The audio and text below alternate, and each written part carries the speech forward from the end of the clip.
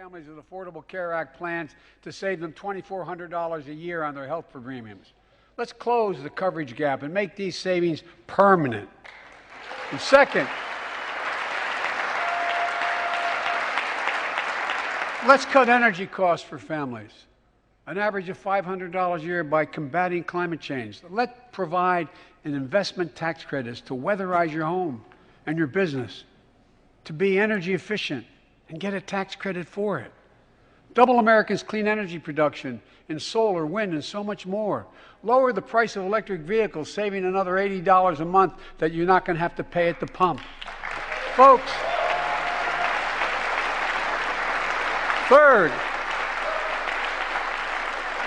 the third thing we can do to change the standard of living for hardworking folks is cut the cost of child care. Cut the cost of child care. Folks, if you live in a major city in America, you pay up to $14,000 a year for child care per child. I was a single dad for 5 years, raising 2 kids. I had a lot of help, though. I had a mom, a dad, a brother, and a sister that really helped. But middle class and working folks shouldn't have to pay more than 7% of their income to care for the young children. My plan would cut the cost of child care in half for most families and help parents, including millions of women who left the workforce during the pandemic because they couldn't afford child care, to be able to get back to work, generating economic growth. But my plan doesn't stop there. It also includes home and long-term care, more affordable housing, pre-K for 3- and 4-year-olds. All these will lower costs to families.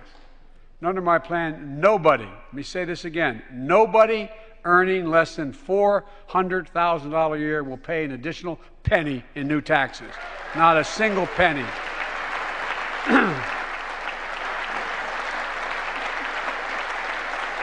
I may be wrong, but my guess is if we took a secret ballot in this floor, that we'd all agree that the present tax system ain't fair. We have to fix it. I'm not looking to punish anybody, but let's make corporations and wealthy Americans start paying their fair share. Look, last year,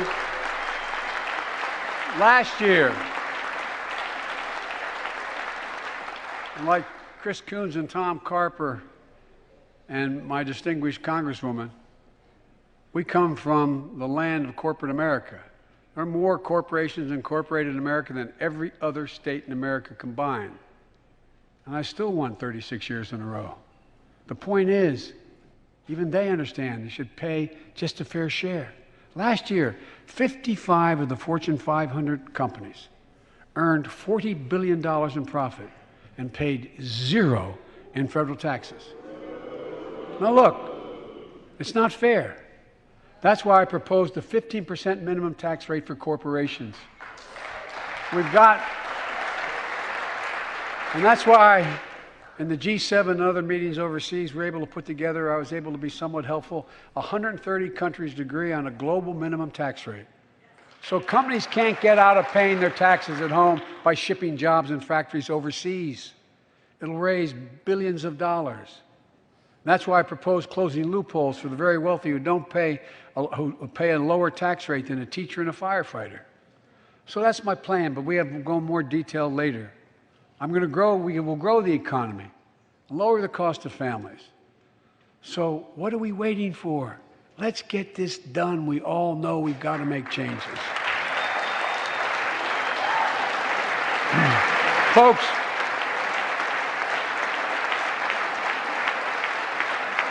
and while you're at it, confirm my nominees for the Federal Reserve, which plays a critical role in fighting inflation.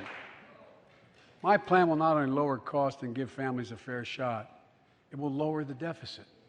The previous administration not only ballooned the deficit with those tax cuts for the very wealthy and corporations, it undermined the watchdogs, the job of those to keep pandemic relief funds being wasted. Remember we had those debates? about whether or not those watchdogs should be able to see every day how much money was being spent, where was it going to the right place. But in my administration, the watchdogs are back. And we're going to go after the criminals who stole billions of relief money meant for small business and millions of Americans. And tonight, I'm announcing that the Justice Department will soon name a chief prosecutor for pandemic fraud.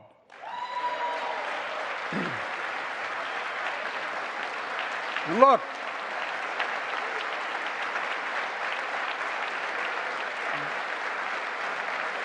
I think we all agree, thank you. By the end of this year, the deficit will be down to less than half of what it was before I took office. The only president ever to cut the deficit by more than $1 trillion in a single year. Lowering your cost also meant demanding more competition. I'm a capitalist, but capitalism without competition is not capitalism. Capitalism without competition is exploitation.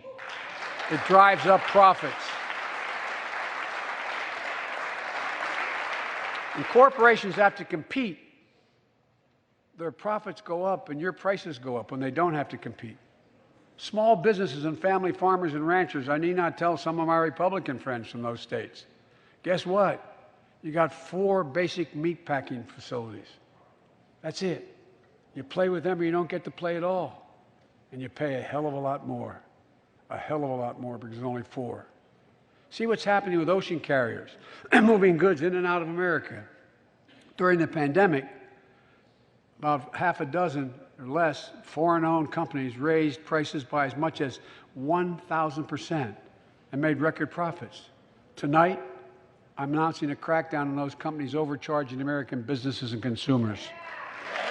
And folks,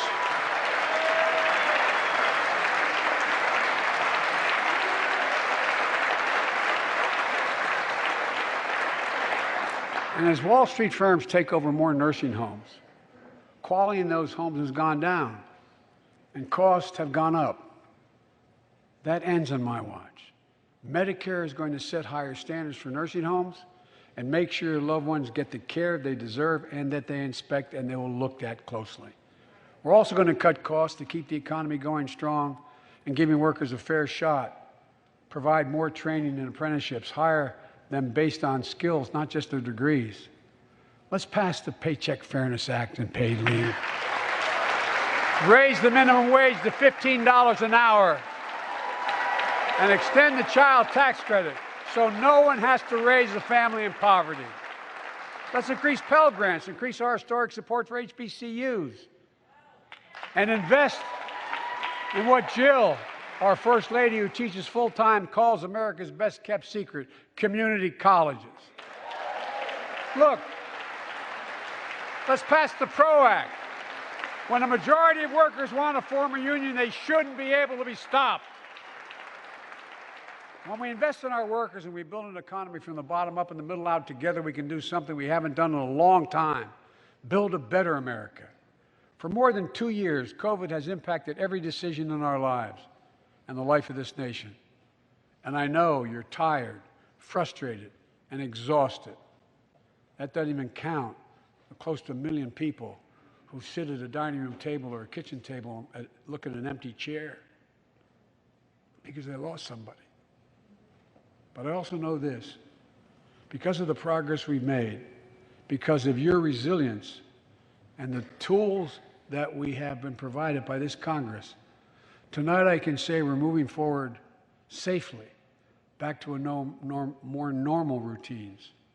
We've reached a new moment in the fight against COVID-19, where severe cases are down to a level not seen since July of last year. Just a few days ago, the Center for Disease Control and Prevention issued a new mask guidelines. Under the new guidelines, most Americans and most of the country can now go mask-free. And based on projections, more of the country will reach that point across the next couple of weeks. And thanks to the progress we've made in the past year, COVID-19 no longer need control our lives. I know some are talking about living with COVID-19, but tonight I say that we never will just accept living with COVID-19. We'll continue to combat the virus as we do other diseases. And because this virus mutates and spreads, we have to stay on guard. And here are 4 common sense steps as we move forward safely, in my view. First, stay protected with vaccines and treatments. We know how incredibly effective vaccines are. If you're vaccinated and boosted, you have the highest degree of protection. And we'll never give up on vaccinating more Americans. Now, I know parents with kids under 5 are eager to see their vaccines authorized for their children.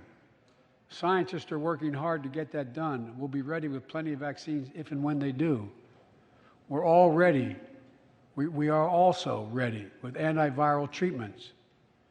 If you get COVID-19, the Pfizer pill reduces your chances of ending up in the hospital by 90%. I've ordered more pills than anyone in the world has. Pfizer is working overtime to get us 1 million pills this month and more than double that next month. And now we're launching the Test to Treat initiative. So people can get tested at a pharmacy, and if they prove positive, receive the antiviral pills on the spot at no cost. And folks, if you're immunocompromised or have some other vulnerability, we have treatments and free high-quality masks. We're leaving no one behind or ignoring anyone's needs as we move forward. On testing, we've made hundreds of millions of tests available, and you can order them for free to your doorstep. And we've already ordered free tests. If you already ordered free tests tonight, I'm announcing you can order another group of tests. Go to covidtest.gov starting next week, and you can get more tests. Second, we must prepare for new variants. Over the past, we've gotten much better at detecting new variants. If necessary, we'll be able to develop new vaccines within 100 days instead of maybe months or years. And if Congress provides the funds we need, we'll have new stockpiles of tests, masks, pills ready if needed. I can't promise a new variant won't come, but I can promise you we'll do everything within our power to be ready if it does. Third,